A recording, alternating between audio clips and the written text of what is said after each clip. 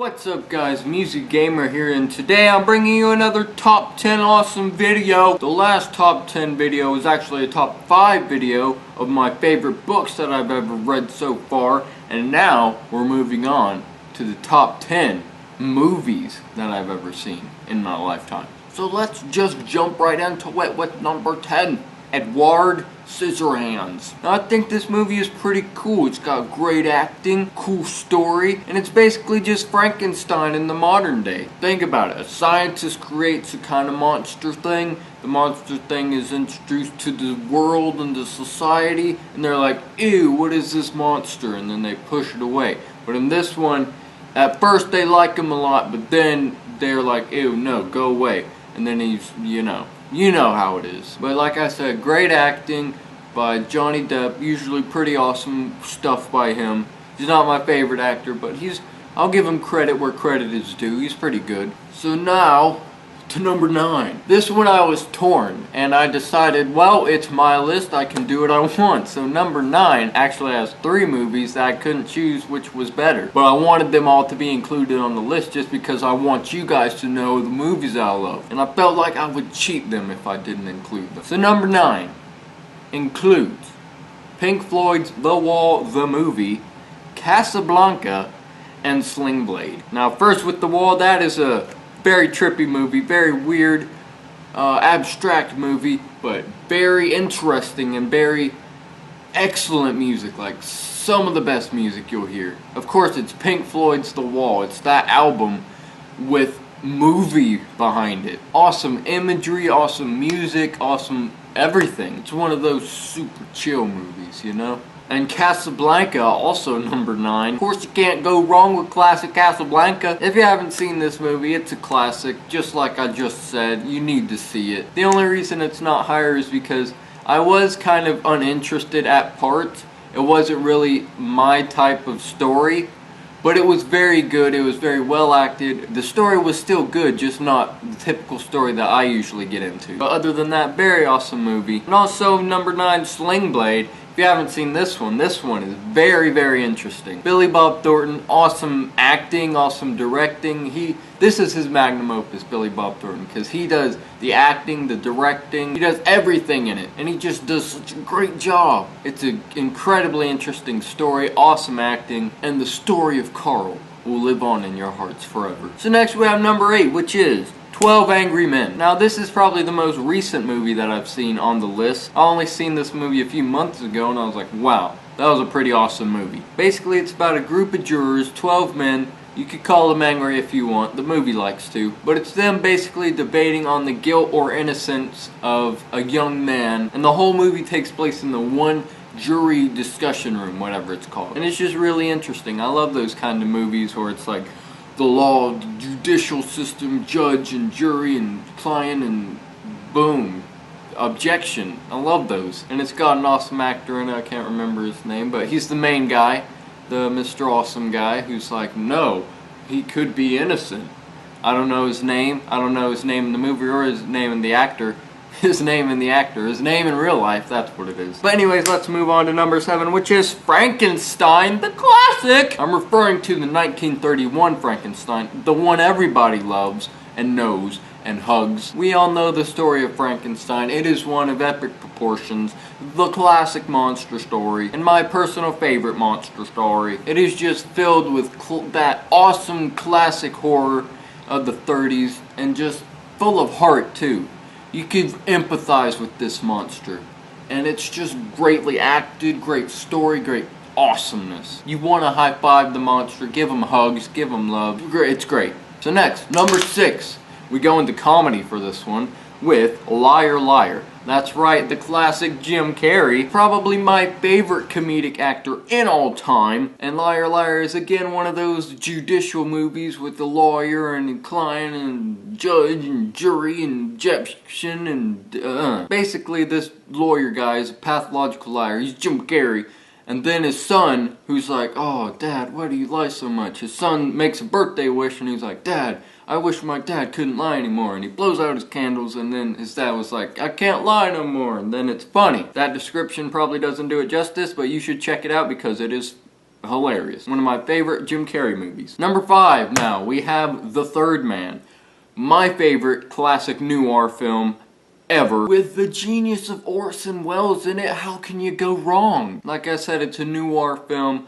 A guy goes into a town, his buddy got killed, and he goes into the town to find out who killed him. And there's twists and turns and all sorts of awesome stuff in it, and it's just an awesome tale. Great acting, great story. I want to hug it every time I see it. Number 4, we have The Elephant Man. Oh my gosh, I love this movie. It includes probably one of my favorite actors, if not the most favorited actor of mine. Anthony Hopkins, that's his name. I almost forgot, I got scared. It's a story, it's a true story, and it's a heart-wrenching story. And I almost cried at this movie. I don't cry about a lot of movies, but this one dang near had me in tears. Anyways, this guy named John Merrick, he's got all sorts of deformities, and then this doctor guy, forget his name, but he's cool, he's Anthony Hopkins. He goes and finds this guy who's got the deformities, and he's like, come on, we'll take you to the hospital, we'll try to figure this out. And then go to the hospital and stuff happens, and it's just a sad story, but it's such a heartfelt story. And I love movies that could take a creature that's just supposed to be so disgusting and repulsive and can just make you feel like you love them. You just want them to be happy. That's like what Frankenstein does, what Edward Scissorhands does, what The Elephant Man does. And I like that. I really like when movies are able to do that. They give you a character, he's all grotesque, he's nasty, and then boom, you love him. And by the end you can't even tell that they're nasty looking anymore. To you, they're just a normal person. And I really like that in movies. Anyways, number 3 now, The Truman Show. Who can't resist it? Another Jim Carrey, awesome Jim Carrey. One of his more dramatic, less comedic roles. But an amazing film, an awesome story, amazing acting. Very funny at times and very dramatic at times. It's like, whoa. It's just crazy. Very interesting. Love Jim Carrey so much. You can't go wrong with the Caremeister. And it just really makes you think differently about your classic reality TV shows. Basically, this dude, his life is a TV show. And that's the premise of the movie. And it's really interesting. Just check it out. Anyway, number 2, we're getting close.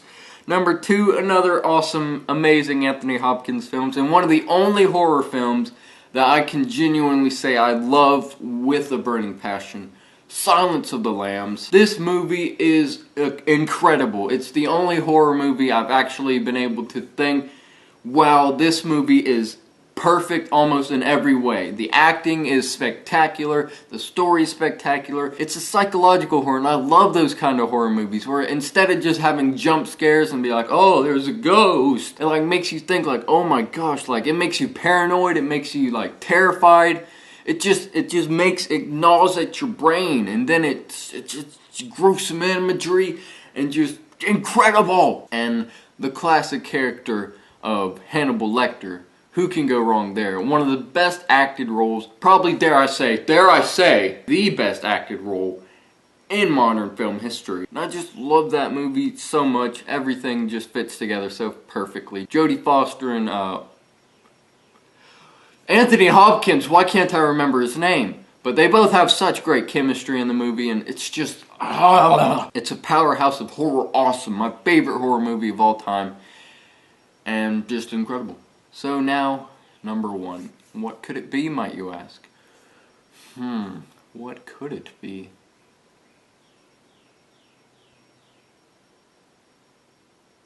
Or is it on this side?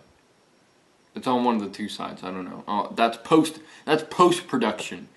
Gosh, jeez. Putting all these pressures on me. Anyways, number 1 is 2001, A Space Odyssey. A Stanley Kubrick, the director to best them all, one of his best movies, probably his best movie. I'll say, well, I haven't seen all his movies, but from what I know, his best movie. Just a sci-fi masterpiece. It's just super deep and creative and inventive and stunning. And it has elements of all sorts of different types of movies. It has a bit of horror in it with HAL 9000. And of course the sci-fi stuff. Dramaticness. It's just really cool. It's like an epic sci-fi odyssey. I love this movie so much. And whenever I hear people say, oh, it's boring. All they do is fly through space and blah, blah, blah. No! You're wrong. The kind of imagery used in that movie was completely revolutionary for the 60s. That's when this movie was made. And it's so revolutionary, and it's so creative and original and intellectual and intelligent, and such an awesome movie. As you could probably tell, I don't like those dumb like action movie bro comedies or like whatever dumbness that is. I like movies that'll make you think and get you really invested in the characters, and not just some dumb little explosion fest or buddy cop.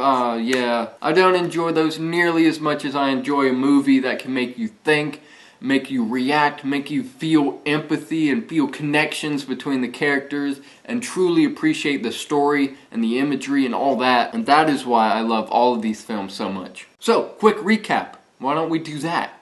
Number 10 was Edward Scissorhands. Number 9, The Wall, Casablanca, and Sling Blade, cause I couldn't darn near choose.